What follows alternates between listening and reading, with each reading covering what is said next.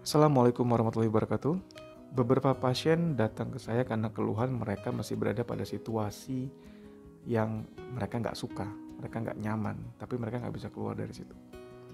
Misalnya ada seorang mahasiswa atau seorang pelajar yang harus berada pada mata kuliah atau mata pelajaran yang dia nggak suka, atau berada atau belajar bersama guru atau dosen yang ya dia nggak suka juga gitu.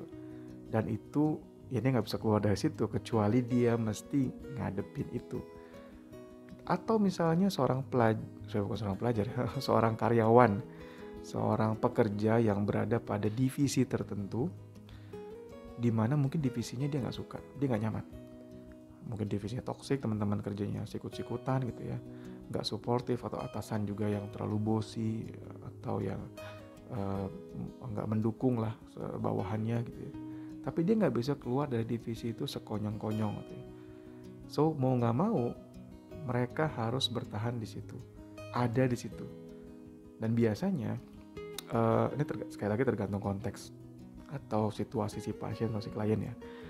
Biasanya saya akan mencoba mengarahkan kepada reason atau alasan kenapa dia mesti mencari cara untuk tetap merasa nyaman di situ. Ya enggak? Karena kan dia nggak bisa keluar dari situ dong. So salah satu cara atau jalan keluarnya adalah belajar merasa nyaman di situ. Belajar mencari alasan kenapa saya harus belajar mata pelajaran yang saya nggak suka. Karena ada beberapa pasien yang bilang gitu, saya nggak mau belajar fisika atau kimia karena saya nggak kepake ini buat masa depan saya ngapain belajar ini. So ada juga beberapa yang merasa ngapain saya mesti kerja sama orang-orang yang nggak suportif. Tapi sekali lagi konteksnya mereka nggak bisa keluar dari situasi itu ya. So biasanya saya arahkan untuk gimana caranya kamu bisa merasa nyaman di situ. Salah satu poin itu. Lalu gimana caranya supaya kamu bisa active problem solving.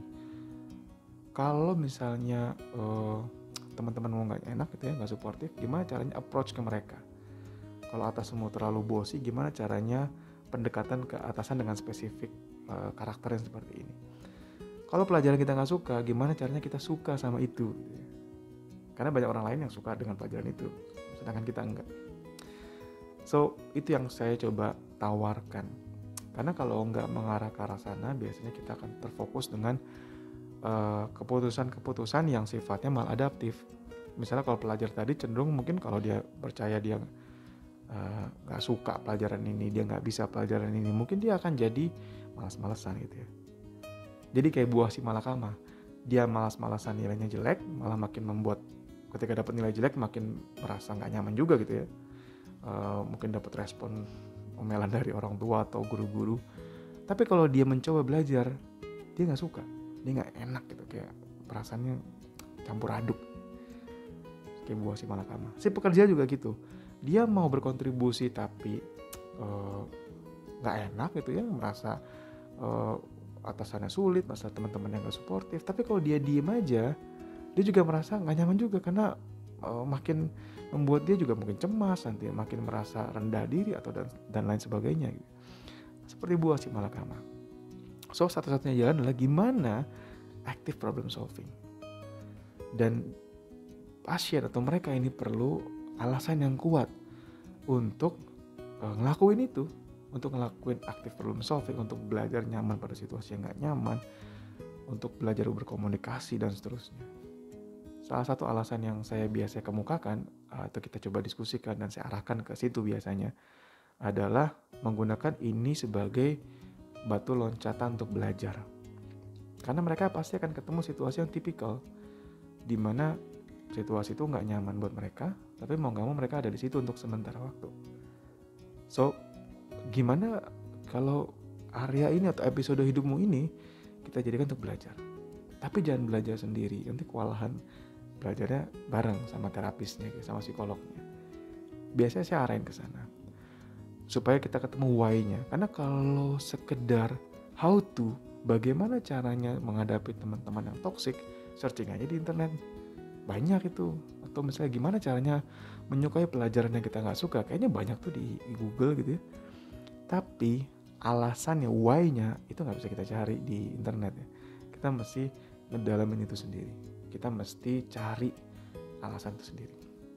Dan biasanya saya arahin ke arah sana, ke arah menggunakan episode sulit ini untuk belajar supaya kita improve, bisa menghadapi episode-episode berikutnya. Karena emang gak akan mungkin ini gak terulang, pasti akan terulang lagi episode-episode kita gak nyaman pada situasi tertentu. Atau juga mungkin beberapa yang punya religious belief yang kuat, itu bisa kita kaitkan ke situ. Karena itu juga cukup powerful ya. Bahkan mungkin paling powerful kali ya. Misalnya ketika berhadapan pada situasi yang sulit, mereka bisa mengaitkan itu dengan bahwa ini akan bermanfaat buat dia. Mungkin bisa berlatih sabar gitu ya, memupuk pahala karena banyak pahalanya ketika sabar, dan bisa jadi bekal mereka masuk surga misalnya. Itu juga bisa. Jadi tapi tergantung sama individu masing-masing ya. Tapi dari pengalaman saya ketika pasien punya religious belief yang kuat, itu bisa sangat membantu memaknai situasi sulit yang sedang dihadapi, di mana situasi sulit ini dia nggak bisa keluar dari situ dengan sekonyong-konyong. Kurang lebih itu video kali ini, semoga bermanfaat. Akhir kata, sampai ketemu lagi video berikutnya. Firman Ramdhani, psikolog. Wassalamualaikum warahmatullahi wabarakatuh. Jangan lupa like, comment, and subscribe Mind Institute. Bye-bye.